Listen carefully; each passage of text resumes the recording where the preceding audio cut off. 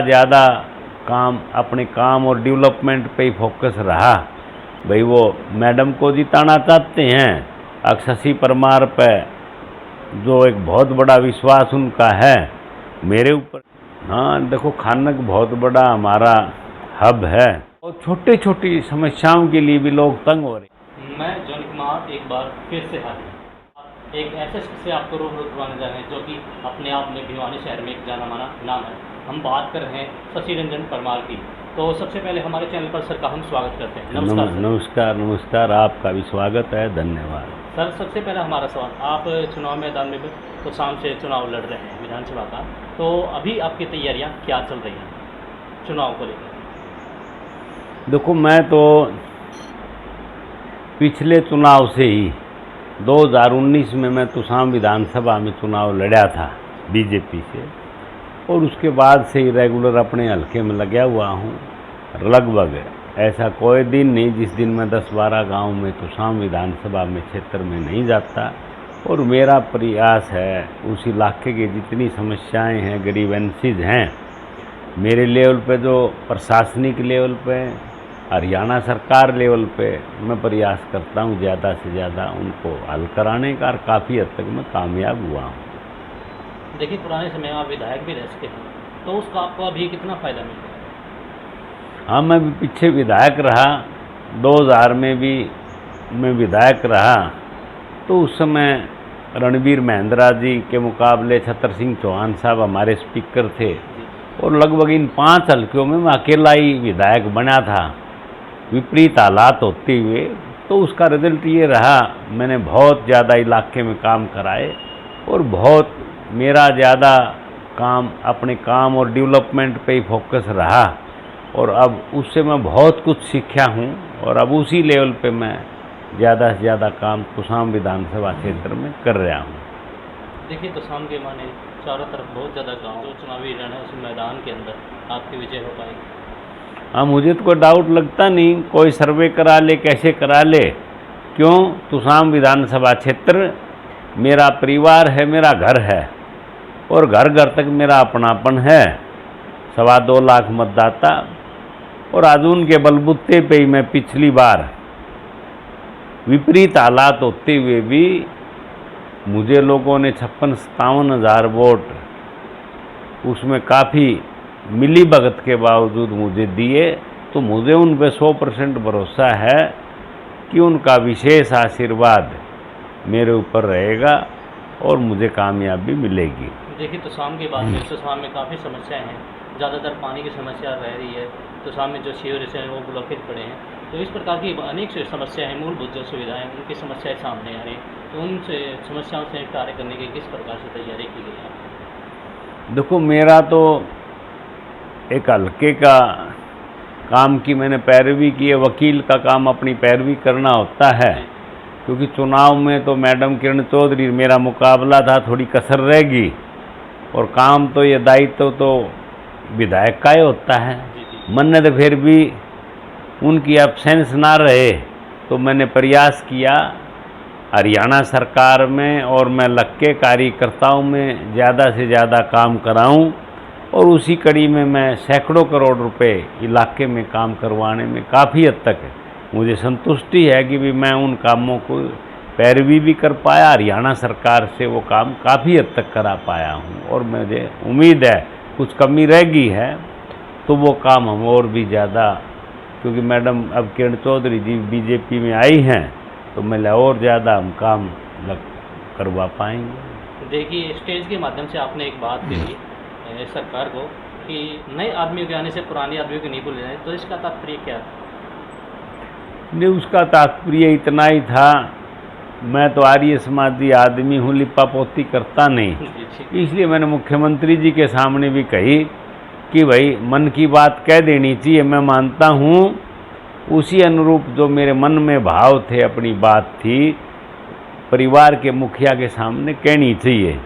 तो मैंने कोई लिपापोती नहीं की, जो मेरे मन में भाव थे मुख्यमंत्री जी उस प्रोग्राम में थे, और सारे पार्टी के वरिष्ठ नेता, चाहे मैडम किरण चौधरी भी, जेपी दलाल, धर्मवीर जी, सभी नेता थे। लेकिन जो मेरे मन की बात थी, भावना थी, मैं यहाँ इलाके में लंबे समय से जुड़ा हुआ हूँ, उनका अपनापन है, आशीर्वाद है और नेचुरल है। तो वो बात थी मैंने मुख्यमंत्री जी के सामने रखी थी कि वो आपने देखना है कि भाई अब मैडम किरण चौधरी जी आए हैं, मैं भाई आपने क्या है किसको लड़ाना है, वो तो पार्टी हाईकमांड का काम है, मेरा तो है नहीं। और वो ही बात मैंने मुख्यमंत्री नायब सैनी जी के सामने रखी थी। तो बात करें टिकट की बात हुई तो क्या मानते हैं आने वाले समय में किरण मैडम चौधरी बीजेपी में शामिल हुए तो क्या टिकट का कटने का भय है आपको?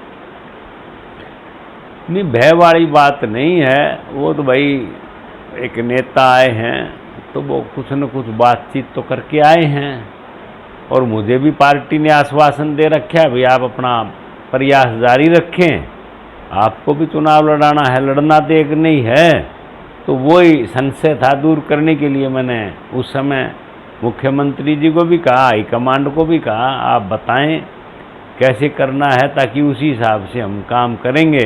क्योंकि मेरे ऊपर तो तुसाम विधानसभा में जो लोगों ने इतने भारी वोट दे रखे हैं और इतने विरोध के बावजूद दे रखे हैं, तो लोगों में एक ये मन में टीस है कि भाई शशि परमार की जो कुश्ती रह रही है इबकाड़ हम जोटा लगा के पूरा करेंगे।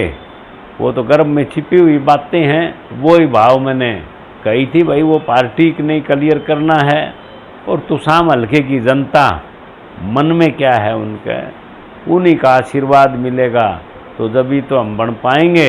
और मुझे तो भरोसा है उनका बहुत आशीर्वाद तुसाम का और मेरे ऊपर है और मुझे तो कोई डाउट लगता नहीं है। मान लीजिए अगर आपको टिकट नहीं मिलता फिर आने तो पार्टी हाईकमांड ने देखना है, मैं तो एक कार्यकर्ता हूँ, क्या करेंगे। और भाई चुनाव की बात पार्टी भी डिसाइड करेगी और तुसाम हल्के के जो मतदाता हैं वो ही फैसला करेंगे। भाई उन्होंने ही देखना है क्या चाहते हैं वो। भाई वो मैडम को जिताना चाहते हैं, शशि परमार पे जो एक बहुत बड़ा विश्वास उनका है मेरे ऊपर है, वो तो हल्के के लोग जैसा फैसला करेंगे उसी अनुरूप में कार्रवाई करूँगा। बात करें कांग्रेस की तो कांग्रेस की एक यात्रा चलती है, बीजेपी से हिसाब मांग रही है, तो बीजेपी हिसाब देने के लिए तैयार क्यों नहीं है? तो देखो जहाँ कांग्रेस की यात्रा, देखो अब चुनावी समय है, हर पार्टी अब अपना एजेंडा लेके आती है, तो उसमें कांग्रेस भी अपना एजेंडा लेके आई है। हिसाब किताब तो क्योंकि यहाँ 10 साल से बीजेपी है, काफ़ी काम हुए हैं और हर पार्टी का अपना एजेंडा है, चुनाव में अब अपने एजेंडे आ रहे हैं, उसी अनुरूप चल रहा है। तो वो उस एजेंडे के तहत ही सारी पार्टियां काम करती हैं, कांग्रेस भी उसी एजेंडे पे काम कर रही है, कोई अलग सी बात कोई विशेष है नहीं है। तो क्या बीजेपी हिसाब देगी? हैं? क्या बीजेपी हिसाब देगी? भाई हिसाब तो बीजेपी तो जनता के सामने रिजल्ट देने लग रही है, इतने काम होने लग रहे हैं, बहुत ज़बरदस्त काम हुए हैं, रुके हुए। भिवानी की बात करें या भुवानी खेड़ा की बात करें, आजकल आप देख पा रहे होंगे कि जो सभी लोग हैं वो फैमिली आईडी को लेकर लंबी लंबी कतारों में खड़े हैं और आईडी में प्रॉब्लम है, उसने सरकार ने भी टीम कमेटी बनाई है और नायब सिंह सैनी जी ने अभी आके कुछ उसमें और सुधार किया है, इसमें बदलने का काम किया है, काफ़ी उसमें फ़र्क पड़ेगा और बात बनेगी। तो वो लगे हुए हैं सारे। देखिए ऊपर से हाईकमान से ऑर्डर आए हुए हैं तो नीचे तबके का जो कर्मचारी वो काम नहीं कर रहा, तो इसके बारे में क्या कहना चाहिए? फैमिली आईडी को लेकर लगा लो, चाहे राशन कार्ड को लेकर या किसी और अन्य जो सरकारी काम होते हैं।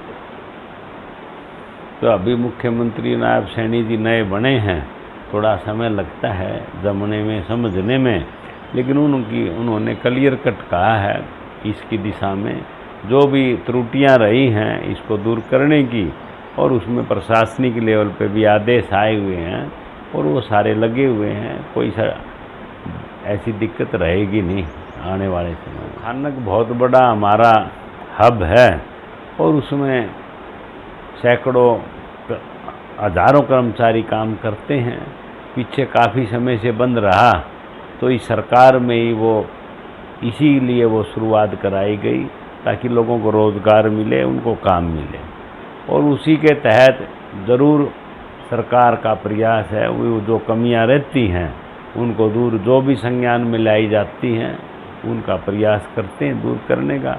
फिर भी कोई सी कमी रहेगी तो हम दूर ज़रूर करवाएंगे। वहाँ एक पानी की विशेष समस्या थी, इतने लंबे समय से थी, लेकिन हमने प्रयास किया उसके लिए, उसमें पानी के लिए वहाँ वाटर वर्क्स का भी और सिस्टम है सिवानी से लाके, जिसमें लगभग काफ़ी 50-60 करोड़ रुपए खर्च होंगे, उनका मंजूर हो गया है और उसमें वो सारा समाधान होगा। तो वो सारी चीज़ों पे काम चल रहा है, इसमें कोई दो राय नहीं है, थोड़ा समय लगता है बात में। तो शाम से विधायक बनता हूँ तो उसमें जो जो कमियाँ रह रही हैं आउट ऑफ वे को ठीक उसकी पॉलिसी बना के, अब कोई ठोस मामला ठीक है, कुछ न कुछ समस्याएं बड़ी रहती हैं वहाँ, लेकिन इतने सालों से यूं ही चल रहा है। लेकिन मुझे मौका मिलता है तो मैं, चाहे खानक पाड़ की बात है, उसका प्रॉपर व्यवस्था बना के, और विशेषकर गरीब आदमी, क्योंकि इससे हज़ारों लोगों को आसपास रोज़गार मिला है, इस बात पे ज़रूर फोकस करेंगे कि उनका रोज़गार का भी, उनकी सुविधाओं का, और उसमें बढ़िया तरीके से चले। इसमें मेरा विशेष फोकस आने वाले समय में ज़रूर रहेगा। तो भाई मेरा काम तो थोड़ी सी मेरे तो कमी रह गई थी विधायक वाली, तो मैंने तो बगैर विधायक के भी मैंने तो वकालतें करी है। तो अब क्या मुझे मौका मिलता है तो मैं और ज़्यादा ये गणेश समाधान अदालत में तुसाम में कोई समस्या मैं ये मानता हूँ। चौधरी बंसीलाल जी मुख्यमंत्री रहे, हरियाणा का गौरव उन्होंने बढ़ाया है, बहुत काम किए हैं, और तुसाम जैसे क्षेत्र में पानी की, बिजली की और बहुत छोटी छोटी समस्याओं के लिए भी लोग तंग हो रहे हैं। ये ठीक है, मैं एग्री कर रहा हूँ, मैंने जाके देखा है, छोटे से छोटी बात के लिए भी परेशान है। कारण 30 साल से भाई तुसाम अपोजिशन में है, आप देखते होंगे 91 में भी यहाँ कांग्रेस की सरकार आ गई थी, और यानी मेन टेन्योर तो 96 से 99 बंसीलाल जी रहे, उसके बाद तो अपोजिशन पर का काम है। तो इसलिए हम प्रयास करेंगे, एक बार 2000 से 25 तो ही वो हो गई, तो हम प्रयास करेंगे कुछ न कुछ ठोस काम।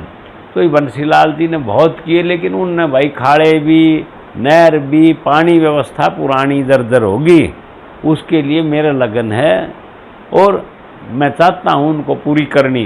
आप ट्रेलर देख सकते हैं, मैं भी विधायक नहीं हूँ तुसाम, लेकिन मैंने इस 5 साल में विधायक ना होते हुए भी मैंने अपनी लगन से, मुझे आभारी हूँ, जो हमने काम बताए हरियाणा सरकार को उन्होंने किए।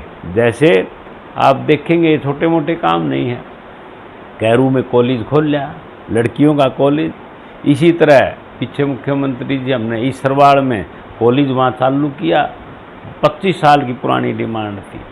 कैरू में CHC 12-14 करोड़ की लगी, बिडोला माइनर के खाड़, नहरें, वाटर वर्क, सैकड़ों करोड़ के प्रोजेक्ट, और मेरे ख्याल में इतने मार्केटिंग बोर्ड के रोड, और दूसरे रोड आप देखते होंगे कि चाहे हमारा तुसाम से अब वो शुरू हो गया काम। पूरा तुसाम विधानसभा क्षेत्र में मैं विधायक ना होते हुए भी, एक हारा हुआ विधायक होते हुए भी, मैंने अपने प्रयास किए ईमानदारी से। क्यों? मैं तो 2 बार जा लिया भाई ऊपर, अटैक में भी, एक्सीडेंट में, जब वो पंडित जी बैलवाड़ा जी थे।